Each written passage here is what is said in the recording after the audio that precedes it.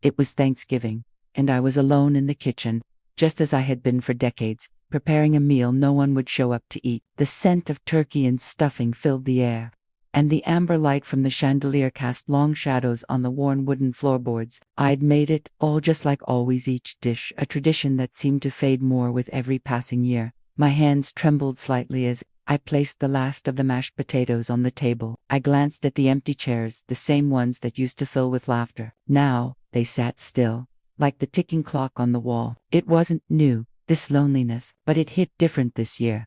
The phone had rung earlier, one ring, then silence. No voicemail, no texts. I had come to expect it. My daughter, Claire, had promised she'd come. She always did, but not this time. And my grandchild Sarah, she called me Grams now, her voice distant, as if the words were becoming unfamiliar.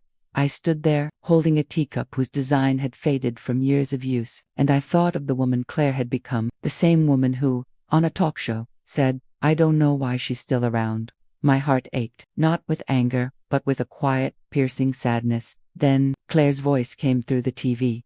She spoke of toxic parents, and I realized I was the parent she was talking about. My chest tightened, my stomach churned, but instead of shouting, I did what I've always done. I wrote my truth, a mother's truth, a truth no one asked for, but one I needed to share. I posted it online, raw and unpolished, just as I am, and for the first time in years, I felt relief. No anger, no bitterness, just peace. My house, though small, had always been a haven for my family, at least. That's how I used to think of it. The floors creaked with memories, and the walls seemed to hold the whispers of the past. Every photograph that hung in the hall, every piece of furniture, was a reminder of something or someone who had once filled the rooms with laughter and warmth. Now, it was quieter. The air was thick with the dust of forgotten moments.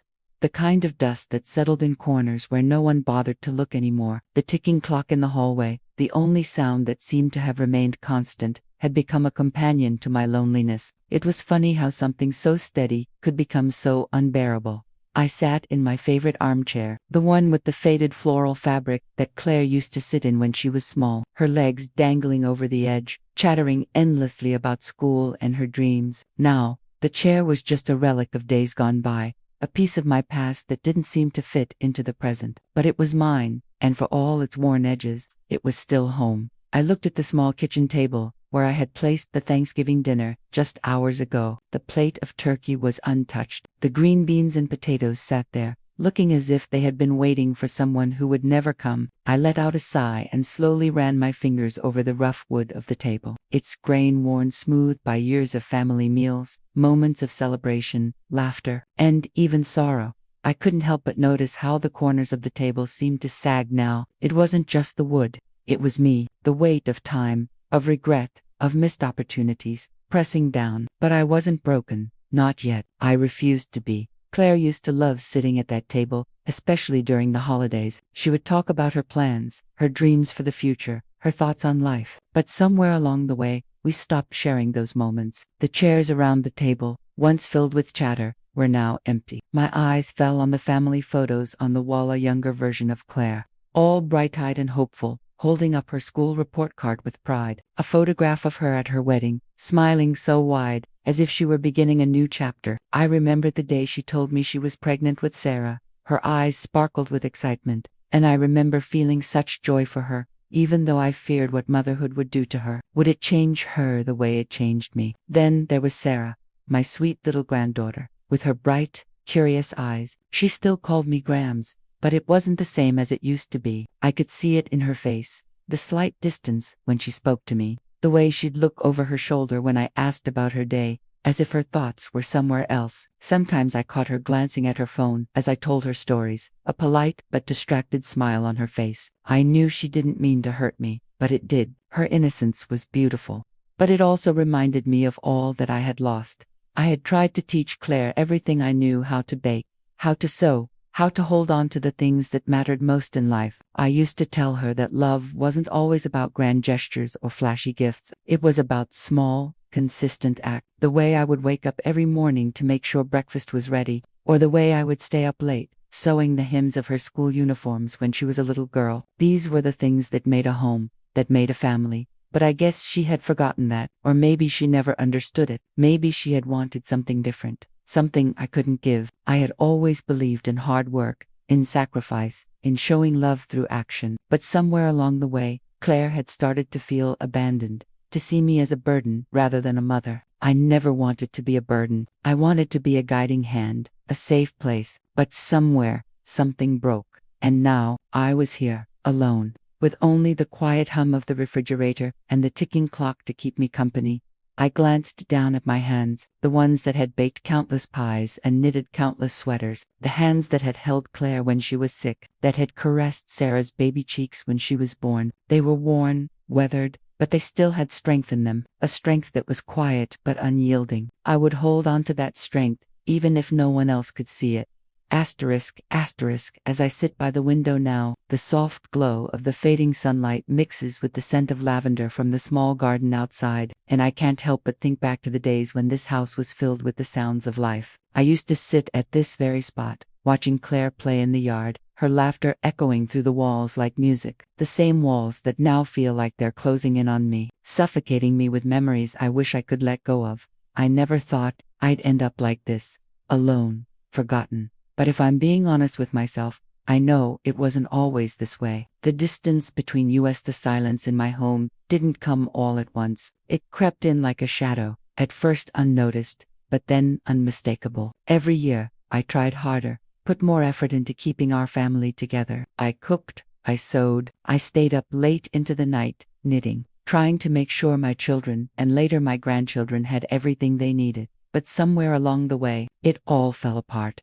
I can still remember the first time Claire looked at me like I was some kind of stranger. She was in her late teens, just starting college. She had come home for the weekend, and I had spent hours in the kitchen preparing a feast for her, just like I used to when she was younger. I had been so excited to see her, to spend time with my girl. But when she walked into the kitchen, she looked at me with a kind of indifference I had never seen before. "Mom, it's fine. You don't have to do this," she had said, her voice flat and distant. "I don't need you to cook for me. I'm fine on my own." I froze. I had never heard her speak to me like that. It was as if the world I had built around her, the one where I was the nurturing, caring mother, wasn't enough anymore. But I tried not to show how hurt I was. I just smiled and told her to take a seat, and she did, though she barely touched the food. That was the beginning of the distance. From that day forward, Claire seemed to pull away from me in ways I couldn't understand. Her calls became less frequent, her visits shorter, and when Sarah was born,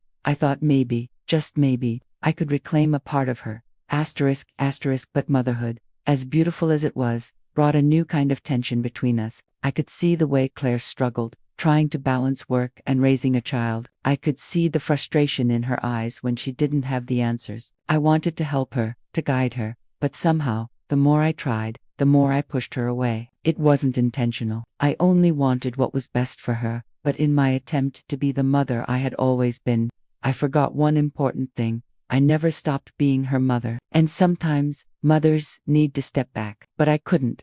I can still see the day Claire handed me Sarah, a baby girl, in my arms for the first time, and said, "I need you to help. I'm lost. I don't know how to do this." That was the moment I thought we could bridge the gap. I spent the next few years helping her raise Sarah, teaching her the little things that came naturally to me, the way to comfort a fussy baby, how to make a good stew, how to fold a blanket just so. Those were the days when the house still felt warm, still felt alive. Asterisk, asterisk, but then came the day Claire moved out of the house completely. The day I watched her drive off, Sarah buckled into the car seat in the back. And I knew in my heart that everything had changed. The house, once bustling with energy and the sound of tiny footsteps running down the hallway, was suddenly still. I remember the quiet echo of her footsteps as she walked out the door, taking pieces of my heart with her, without even realizing it.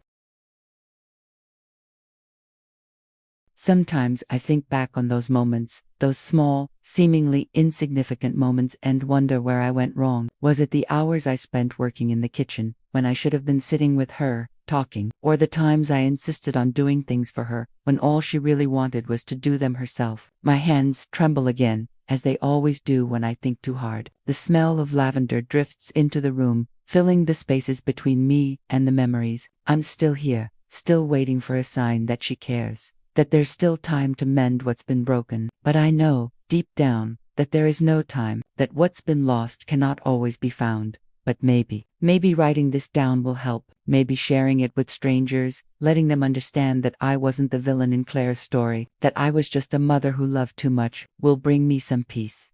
Asterisk, as the years passed, the house grew quieter. The laughter that once filled the rooms Claire's, Sarah's faded into the background, replaced by the creak of the floors, the hum of the refrigerator, and the occasional sound of a neighbor's voice calling from down the street. I still baked, still sewed, still hummed the old songs Claire and I used to sing together, but no one was around to hear them anymore. I remember when Sarah was little. She would sit at the kitchen table, watching me bake, her small fingers tracing the edges of the flour-dusted table. I'd tell her about the old family recipes, how my mother used to make them when I was her age, and how I had carried on the tradition. Sarah would smile, the innocence of a child radiating from her. She was so full of wonder, so full of life. But now, I'm not sure when it all changed. I watch Sarah sometimes, especially when she comes over to visit. She's not as little as she used to be. Her voice, once soft and full of curiosity, now seems distracted, hurried. She only calls me Grams now, and though it's still sweet, there's something different about it. It's as if the title has lost its warmth. She used to climb into my lap, her head nestled against my chest, her small hands tracing the lines on my skin. But now, she barely looks at me when she enters the house. She'll say hello and ask about the weather, but there's a distance I can't bridge. Asterisk, the last time she was here, she mentioned something about her mother, Claire. She didn't know it, but the way she spoke about her, so casually, hurt. Mom's really busy, she said, shrugging. She's been working a lot lately, you know, with the new house and all. There was no warmth in her voice, no understanding of the weight those words carried. She spoke like Claire was a stranger. Not her mother, not my daughter. Thought it hurt in a way I couldn't explain. A mother's heart isn't meant to watch her child slip away. Not physically, no, but emotionally, yes. I had spent so many years raising her, loving her, trying to make sure she never felt abandoned or unloved. And now, it felt like I was the one who was being forgotten. But that's the thing about mothers. We give everything, and we do it without question, without hesitation. I never expected anything in return. And maybe that was my mistake. I loved them both, Claire and Sarah, with a love so deep it consumed me. But maybe I loved them too much. Maybe I suffocated them without realizing it.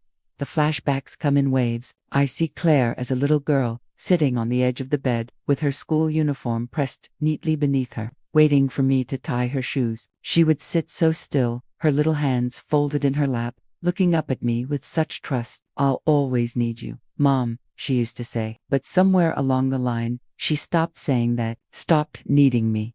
Then I see her as a teenager, her eyes full of rebellion, her voice full of anger and hurt. She never said it aloud, but I could feel the distance between us growing wider. I tried to bridge the gap, tried to hold on to her, but it was like trying to catch smoke with my bare hands. I see Sarah, too, her chubby cheeks and big, trusting eyes. I used to rock her to sleep in the old chair by the window, humming lullabies that I hoped would soothe her soul, and I can still see her little face light up when I'd make her favorite cookies, the ones I had learned to bake just for her. But now, those same cookies sit untouched on the counter, the warmth of the oven fading long before Sarah walks through the door. Asterisk. It's hard to accept that the love I gave them might not have been enough, that it might have been too much. I've always believed that love was the answer to everything. But I wonder now, as I sit here in the quiet, if maybe love isn't enough, if it's not the right kind of love, the kind that doesn't smother, the kind that doesn't expect, the kind that just is. I reach for the old quilt I've had for years, running my fingers over the soft, faded fabric. It's frayed around the edges, worn from years of use, but it's still beautiful, still a reminder of days gone by, of the warmth that once filled this house. It was made by my grandmother, passed down through the generations, a symbol of our family's strength, resilience, and love. But even this quilt, this symbol of comfort, can't protect me from the cold reality that Claire and Sarah seem to be slipping away, piece by piece. Asterisk. I can still hear my mother's voice in the back of my mind, guiding me through the tough moments. She always said that the most important thing a woman could do was provide for her family. And so, I did. There were times when we didn't have enough, but we always made do. I remember the cold winters when the heating broke, and Claire and I would huddle together under blankets, our breath fogging up in the air. I remember walking miles in the snow to get to work, my shoes worn down to the soles, but I never let on how tired I was. I never let on how much it hurt. When Claire was younger, she never noticed, she never knew how much I sacrificed. She didn't know how many nights I stayed awake, wondering if I'd have enough to feed her the next day. How I scrimped and saved every penny just to put food on the table. But I did it. I did it because I loved her. But now, looking back, I wonder if I did it all for the wrong reasons. Did I sacrifice so much because I was trying to prove something to myself? Or was it because I truly believed that the more I gave, the more she would love me? It's hard to say. All I know is that I did my best. I did my best to be the mother she needed, even when I didn't always know how to do that. I think of the day I found Claire's first report card. She was in second grade, sitting at the kitchen table, waiting anxiously for me to look at it. She had been so nervous, and I remember how her small hands trembled as she handed it to me. Her grades weren't perfect, but they were good. She had worked hard. I told her how proud I was of her. I kissed her on the forehead, and she smiled up at me, her little face glowing with pride. I thought that moment would last forever, that the trust between us would always be there.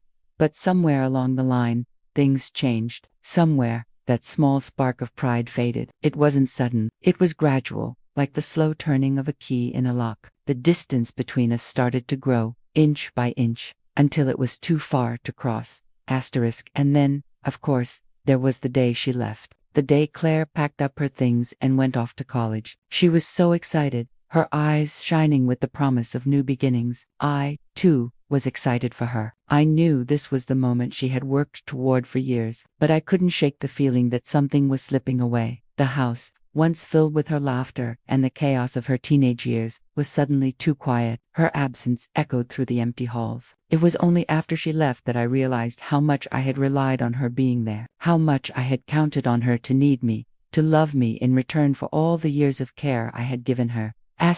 When Sarah was born, I thought maybe things would be different. Maybe I could fix the mistakes I had made with Claire. Maybe I could be the kind of grandmother I had always wanted to be.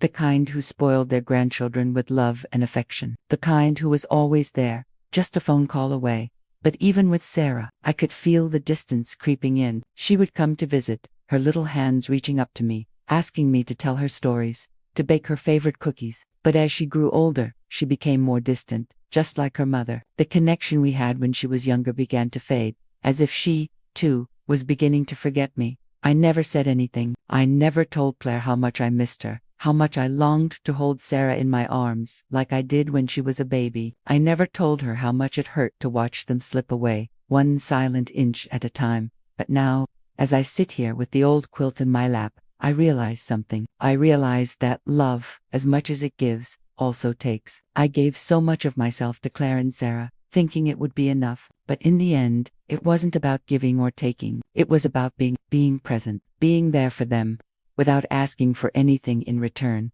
And maybe that's what I've learned too late. Love doesn't need to be measured. It doesn't need to be kept score. It just needs to be. As the evening falls and the light from the window dims, I take another look at the old photographs on the wall. There's one of Claire, so young, sitting on my lap, her eyes full of wonder. There's one of Sarah, just a baby, her tiny hands wrapped around my finger. And there's another of us, as a family. Before everything started to change, I can't help but smile at those photos, even as the ache settles deep within me. The love I gave was never wasted. It was real. And if nothing else, it was enough. And maybe one day, they'll understand that. The house feels different now, as if it's holding its breath, waiting for something to change. The clock on the wall ticks steadily, its rhythmic sound breaking the silence that has stretched for so long. But this time, the ticking isn't as loud. It's softer, quieter, almost as if time itself is moving with me, waiting for me to catch up. That's been weeks since I posted my story online, the one I wrote in the middle of the night, after hearing Claire's voice on the talk show. I never expected anything to come from it. In fact, I had almost forgotten about it, tucked away in the quiet corners of my mind, where memories gather dust. But last night, something happened. I opened my laptop, something I rarely do these days. I haven't been one to check emails or scroll through the internet, but there was a curious pull in me, a pull to see if anyone had read what I had written, if anyone had heard me, what I found was something I didn't expect. A flood of messages, comments, and notes from strangers. They filled the screen like a wave, overwhelming in their kindness, their understanding. There were people telling me they had felt the same way, that they, too, had been misunderstood, that they, too, had been the mothers, the grandmothers, who gave everything only to have it seem like nothing in return. It was like a weight lifting off my chest. For the first time in so long, I felt seen. I felt heard. I think that's the part I've always been missing, being seen, not just as a mother, a grandmother, or a caretaker, but as a person, a woman who had her own story, a story that wasn't perfect, a story that was flawed, yes, but a story that deserved to be told. But the most surprising part came this morning. I was sitting at the kitchen table, the morning light spilling through the window, when my phone rang. I didn't recognize the number. I almost didn't pick it up, but something made me answer. Hello? My voice was hoarse, as if I hadn't spoken in days. Mom. The voice on the other end was shaky, hesitant. I froze. My heart pounded in my chest. It was Claire, I managed to say, my breath catching. Is that really you? I read your story, she said, her voice soft, almost fragile. I didn't realize, I didn't know. I'm so sorry, Mom. I could feel my chest tighten, my heart both aching and swelling. There were so many things I wanted to say, so many years of pain and regret that rushed to the surface, but I didn't. Instead, I just let her words wash over me, as if they were a balm for the wounds I had carried for so long. I didn't know you felt that way, she continued, her voice trembling. I never meant to hurt you. I was angry, and I didn't know how to say it. I didn't know how to ask for what I needed. There was a long pause, and in that silence, I realized something. Something deep inside me shifted. I didn't need to hear Claire apologize. I didn't need her to fix everything, because, in that moment, I realized that I had been holding on to something that wasn't mine to carry anymore. I had carried the weight of my past for so long, trying to prove something to Claire, to Sarah, to the world. But in the end, all I needed was to let go of the pain, let go of the expectation, let go of the guilt. I closed my eyes for a moment, taking a deep breath. When I opened them again, the sun was streaming through the window, casting a golden glow over everything. The house no longer felt heavy. The air felt lighter. Thank you, Claire, I said, my voice steady now, calm. Thank you for hearing me. But more than that, thank you for trying to understand. And in that moment, I realized that the distance between us, the silence that had stretched for so many years, didn't have to be filled with anger. It didn't have to be filled with regret. It could just be filled with love. The love that had always been there, even if it had been buried beneath layers of pain and misunderstanding. I hung up the phone, feeling something I hadn't felt in years.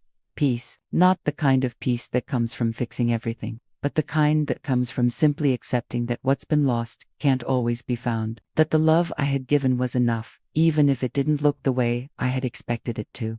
I spent the rest of the day sitting in my old armchair, staring at the photos on the wall. I thought about Claire, about Sarah, and about the life I had built. I thought about all the small moments, the quiet triumphs, the sacrifices I had made without ever asking for anything in return. And I realized that, in the end, it wasn't about what I had done for them. It was about what I had done for myself. I had found my voice again, and that was enough. The days after my conversation with Claire were quiet ones, filled with the hum of life, continuing as it always had. But something had shifted. The heaviness in the air that had hung over me for so long was gone. It wasn't a sudden change, but a slow, quiet realization that perhaps I didn't need to carry the weight of the past anymore. Maybe some things just weren't meant to be fixed, they were meant to be accepted. The air in the house felt different now. The light that streamed through the windows was warmer, softer. The lavender scent still lingered in the air, but now it brought a sense of calm rather than sorrow. The ticking of the clock seemed more like a heartbeat, steady and comforting. It was a few weeks later when Sarah came to visit again. She hadn't been over much since Claire's talk show incident, and I had noticed the hesitation in her steps when she walked through the door. She still looked at me, as if she wasn't quite sure what to say. I could see it in her eyes, the same distance that had been there for so long. But today, something felt different. Maybe it was me. Maybe it was the way I had learned to let go of expectations, of trying to fix things that weren't mine to fix. I didn't need to say anything, not this time. I didn't need to fill the silence with stories or questions or even explanations. I just needed to be. We sat at the kitchen table, the same table where so many meals had been shared, where so many memories had been made. The sunlight streamed in through the window, casting a soft glow over the worn wood, the same wood that had once carried the weight of so many family gatherings. I pushed a plate of fresh cookies toward Sarah, the smell of cinnamon filling the room. She took one, her fingers trembling just slightly as she bit into it. She didn't say much at first, but I didn't mind. I didn't need her to fill the space with words. I could feel her presence, the warmth of it, the connection that was still there beneath the surface. "I read your story, Grams," she said after a long silence, her voice quieter than usual. I didn't know it had been like that for you. I guess I never really thought about it.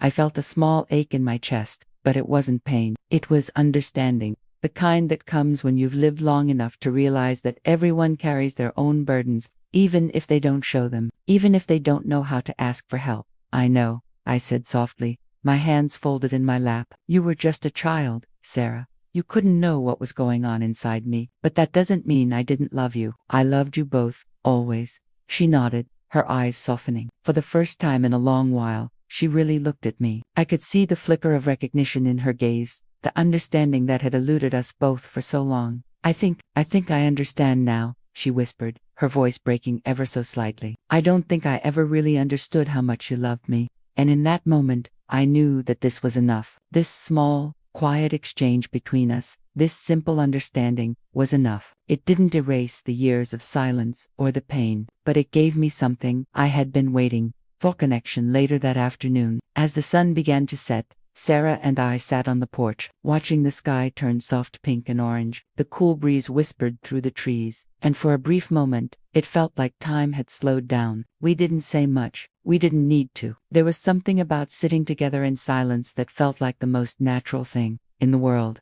I reached for Sarah's hand, my old fingers wrapping around hers. She didn't pull away. Instead, she held my hand tightly, the way she used to when she was little, when the world felt simpler, and the love between us was clear and unquestioned. "I'm not perfect, Sarah," I said quietly, my voice soft in the evening air, "but I did my best. And I love you." She squeezed my hand, and in that moment, I knew that love had always been enough, even when it had felt like it wasn't, even when it had seemed like the distance between us was too great to bridge. "I love you, too, Grams," Sarah said, her voice filled with the sincerity of someone who had finally begun to understand. And for the first time in a long time, I felt a sense of peace settle in my heart. The love I had given, the sacrifices I had made, the pain I had carried, they were all part of me, but they didn't define me. What defined me was the love that still remained, the love that I had always given without asking for anything in return. And that, in the end, was enough. As the night fell, and Sarah said her goodbyes, I sat by the window once more, looking out at the stars beginning to appear in the sky. The house was quiet again, but this time, it didn't feel empty. It felt full of memories, full of love, full of everything I had given and everything I had received in return. And for the first time in years, I smiled, a real smile, the kind of smile that comes when you've finally found the peace you've been searching for.